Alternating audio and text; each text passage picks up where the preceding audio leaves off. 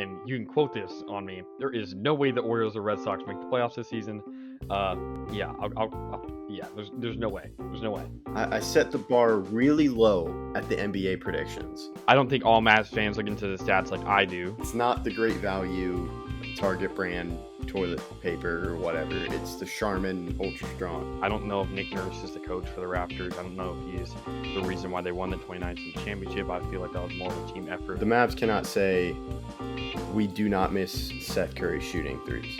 This questions the firing of Dwayne Casey, who I think is a very underrated coach. To me, the Capitals really pushed all their chips for this season. Hello, I'm Mike Grimes, and you've been listening to Outsiders Opinions with Kevin and Austin. What's up, y'all? Welcome to our NBA Opinions of the Week. We are doing a lot of top 10s as we enter the season, and this one is the small forwards, top 10 small forwards. Make sure you're looking at our other lists and look forward to the other list because we still have more to go. And this one, Austin, you and I were talking about it just before. There's a lot going on. There's a lot of injuries. To me, there's a lot of room where guys could enter into this top 10 list next year.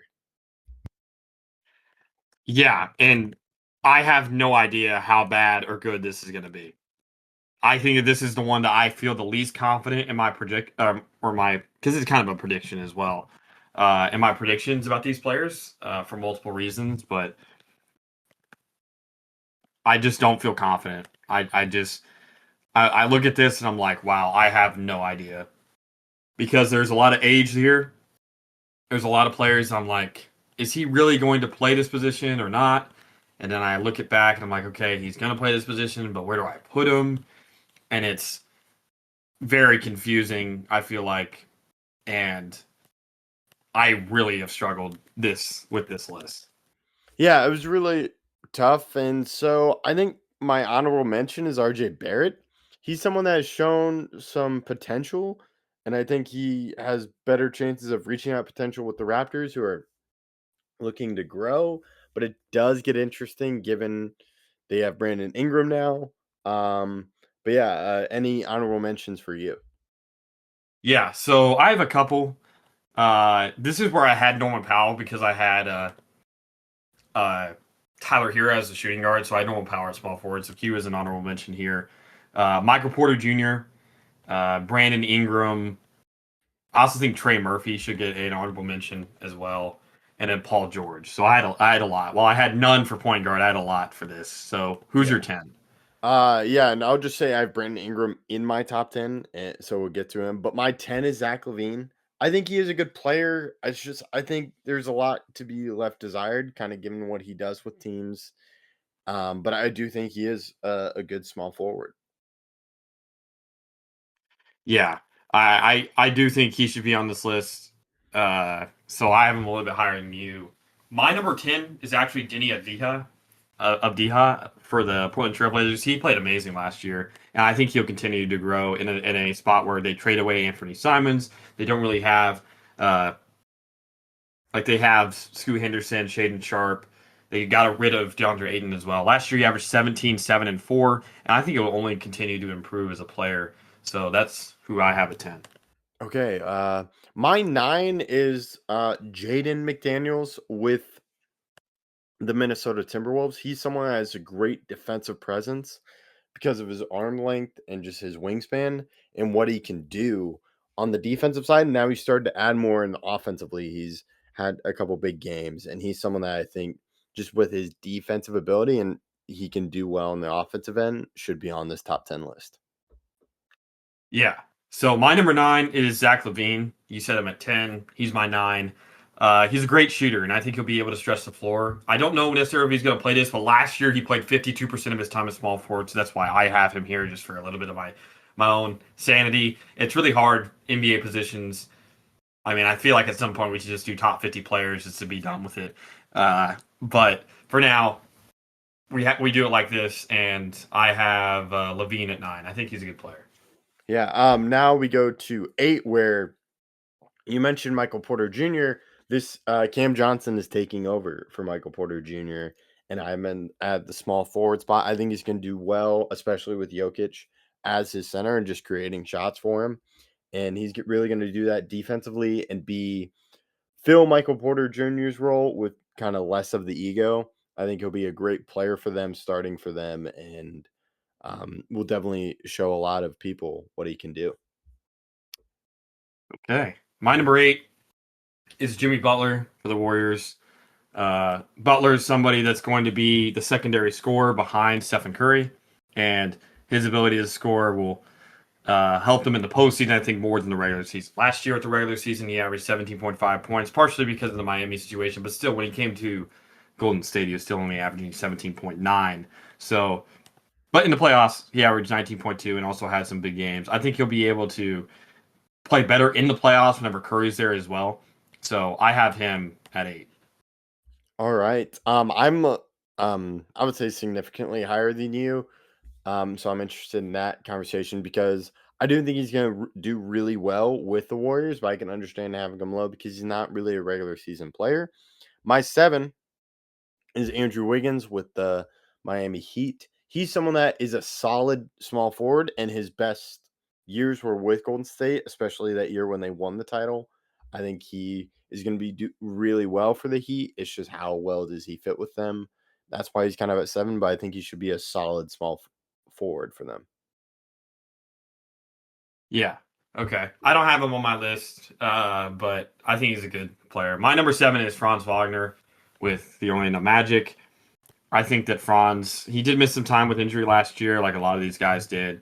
And I know that afterwards he played amazing, and that's why I have him here. He averaged 24.2 points, 6 rebounds, 5 assists, 1.3 steals. He does need to get better at shooting the 3 ball. He only shot 29.5%, so I think that's his biggest part of actually starting to play better. But outside of that, he's a great player. Yeah, he's a good player, but he did not make my list, and that was your 7, correct? Yep. My 6 is Mikal Bridges with the New York Knicks. To me, he's a great defensive player and offers a great offensive role, and he doesn't have to be the primary scorer like he had to be for Brooklyn and kind of how they viewed him as being their number one guy. He's a great role player, and I think he's better than a role player and should be definitely close to that top 5 of the small forward list. Okay. My number 6 is Scotty Barnes for the Raptors. Scotty's a player that is young. He's a little bit of a, I don't want to say animal on the court, but he's very passionate. He gets a little bit crazy out there, but he averaged 19, 8, and 6, averaging over a steal and over a block. He does struggle from shooting 3 and a little bit from the field for his position, but I think that's kind of the growing pains of a young player that was a top 5 pick.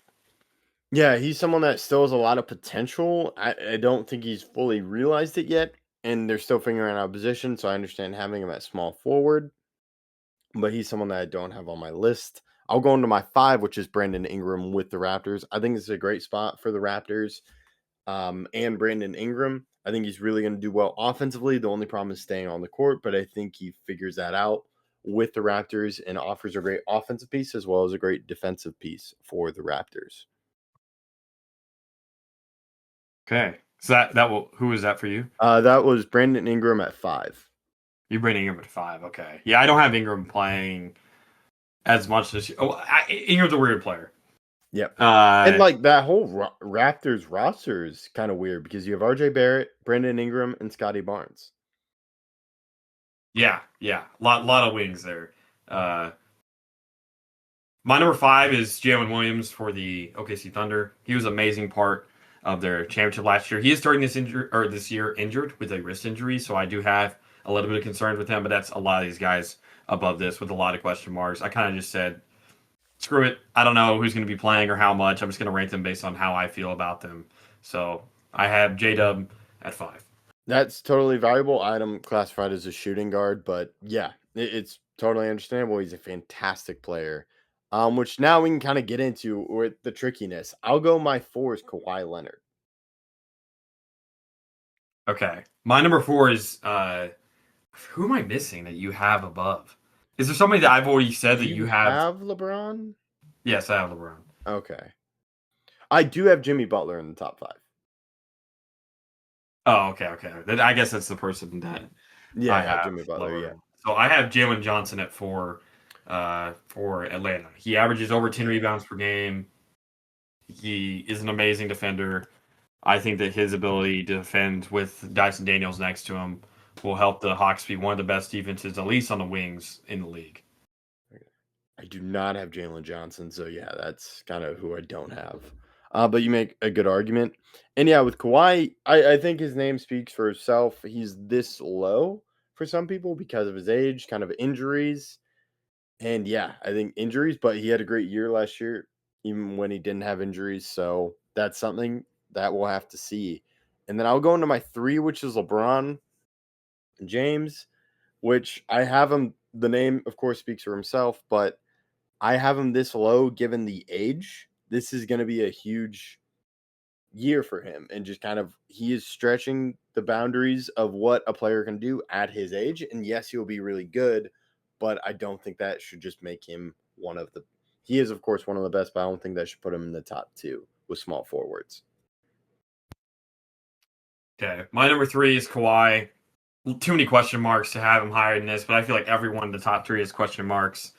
When he's on the court, he's amazing. It's just a question of whether he's going to be on the court, whether for suspension because of what's happened around him, or because of the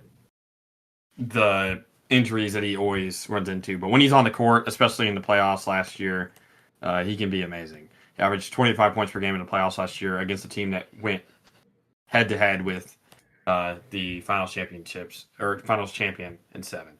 So my number 2, I'll go into my 2, is Kevin Durant.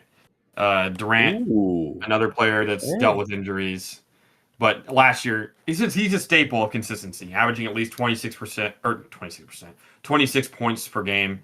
Last year, he did play 62 games. I do have injury concerns with him, but he shoots so well from the field, so well from 3, that I think he'll be able to benefit from the great passers and great team he has around him in Houston. So yeah, my 2 is Jimmy Butler. I think he really benefits from that Golden State Warriors team. I think he's going to be in the right fit for them and just be a fantastic player for them. And can really do well defensively while adding in offensively. But the main guy is Steph Curry.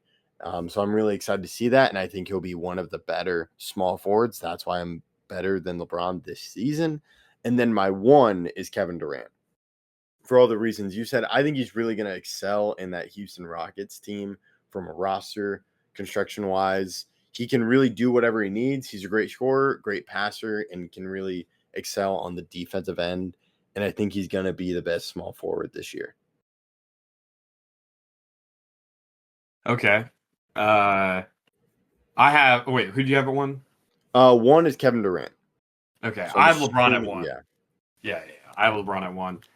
I know he's missing the beginning of the first not year, like 20 games with or maybe not 20. He's missing like a month, 4 weeks or so with a sciatic nerve issue. But I don't think that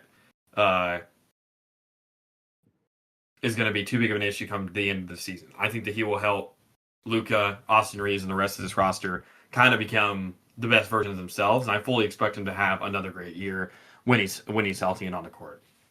Yeah, I totally understand having LeBron at 1. I just couldn't do it. We'll have to keep an eye on everything and what we do. Let us know your thoughts in the comments. We appreciate you listening to Outsiders Opinions.